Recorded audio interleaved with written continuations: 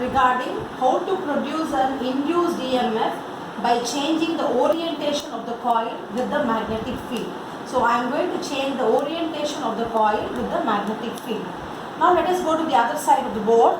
Here you find, we know that flux is BA cos theta, where B stands for the magnetic field, A stands for the area of cross section of the coil which is kept in the magnetic field, theta is the angle between the magnetic field and the area of cross section. According to Faraday's law of electromagnetic induction, whenever I change the flux, there will be an induced EMF. So if I am going to change phi, then there will be an induced EMF epsilon or E, right? So to change phi, at least one of these quantities should change, that is B should change, or A should change, or theta should change, or even more than one is okay. Now as I told you, theta is the angle between the area of the coil and the magnetic field, right? Let me say this is a coil, right? Rather I'll keep it this way, PQRS is a coil, right? So PQRS is a coil. Now remember, this red color, this knob, this red color rod gives you the direction of the plane of the coil, whereas this pencil upright gives the direction of the magnetic, gives the direction of the area of the coil. So remember, red is the plane of the coil, this is the area of the coil.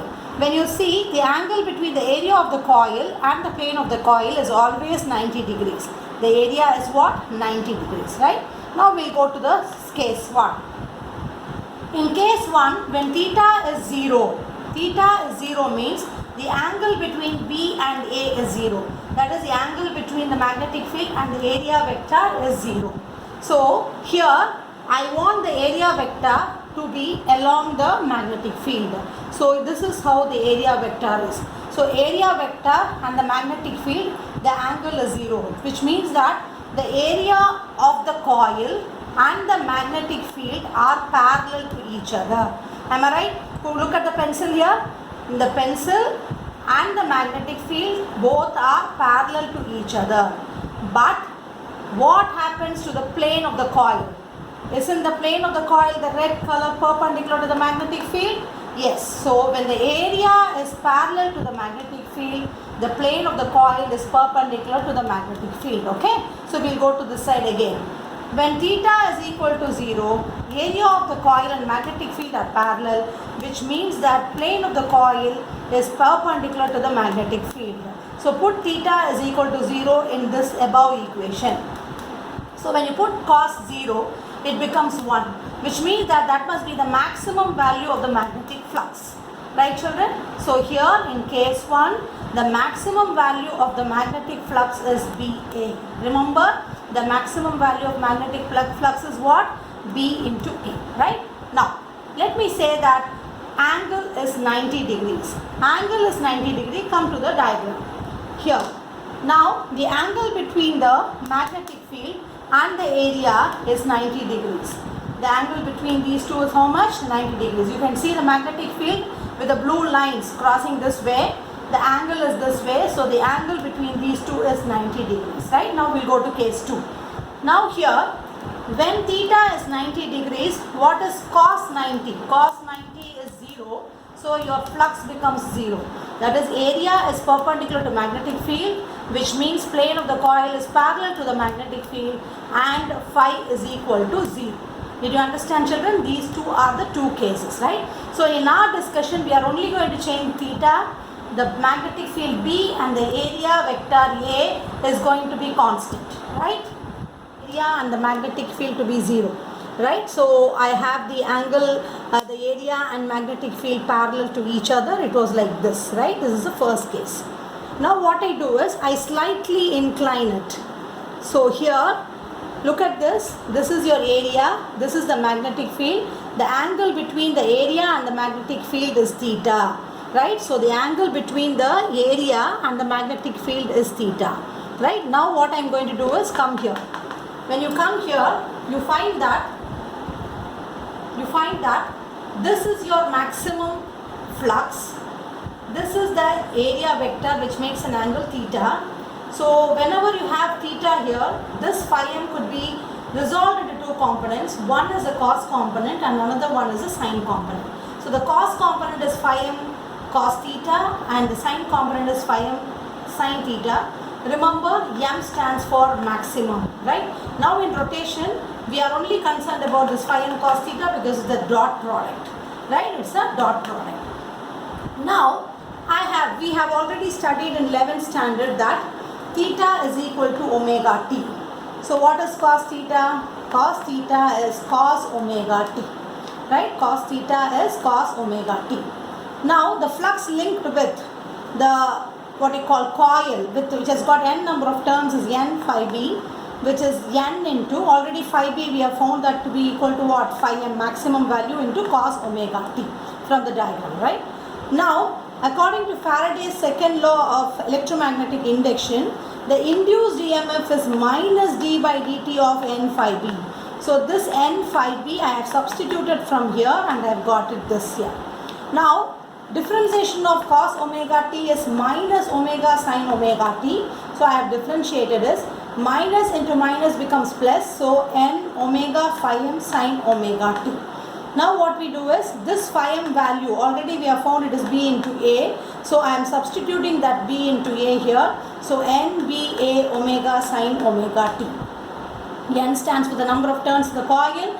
B is the uniform magnetic field. A is the area of cross section of the coil. Omega is the constant angular velocity with which the coil is rotated. So since all these things are constant, I can put this as epsilon m or Em sine omega t, where Em is known as the maximum value of the EMF. Thus, this equation becomes what? E is equal to Em sine omega t, where Em is nothing but equal to nba omega. Em is what? nba omega. For finding out how an EMF could be produced by changing the orientation of the coil with respect to the magnetic field. Okay. Now this is the coil. As usual, the pencil is the area vector and this red color is the plane of the coil. Now, when I am going to keep this, like PQRS, could you see this? PQRS, it is kept this way. For this, it is kept this way. Now, the area vector, right? The area vector is parallel to the magnetic field, whereas the plane of the coil is perpendicular to the magnetic field. So the angle between the area and the magnetic field is only theta. Here in this case, since it is parallel, it is what? 0. It is what? 0. Now I am going to rotate it in a clockwise direction. So this is rotated this way. In the same position only I rotate, but to check the positions, I have drawn it separately. So this position corresponds to this. Now when you see, the area vector is perpendicular to B, that is the plane of the coil is in this direction, right? So the area vector here is perpendicular to the B. Here afterwards I am not going to talk about the plane of the coil, instead I am going to only talk about the area vector, okay? So the area vector here is perpendicular to B, and so this area vector makes an angle 90 degrees with B, so theta is 90 degrees, right? So as I told you, I am rotating it clockwise. Here theta is 90 degrees. So the next immediate position of this will be like this, right? So this is what this position, third diagram indicates. So in the third diagram, the area vector and the magnetic field are anti-parallel to each other. That is, the angle made by the area vector with the magnetic field is what?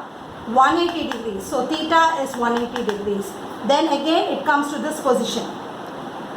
So it has undergone an angle of 270 degrees now. So here the angle between the area vector and this is 270 degrees. Again it comes this way. This angle is 2 pi, right? So this is how the orientation of the coil takes place. I repeat again. It comes this way, 0. This is 90. This is 180. This is 270. And this is 360, right? So this is how you have. So the rotation of the coil, that is omega t, is only given here. So omega t comes to be equal to what? 2 pi. So here what you can do is, since I am going to talk about only this omega t, you can take out this theta. Let us not have this theta because it will be slightly confusing. So omega t, the rotation alone is taken, right? So initial omega t is 0, then it becomes 90 degrees, then 180, 270 and then 360. Did you understand, children? I come again. This is 0, 90, 180, 270 and 360. This is the orientation of the coil, right? Now when I have this omega t, right, I find this omega t is equal to 0, so I can easily find the value of the induced EMF, right? I have got the formula, E is equal to Em sin omega t. Put this omega t as 0 here, so E becomes 0. Put this pi by 2 here, E becomes maximum. Put pi, E becomes 0. Again 3 pi by 2 minus En.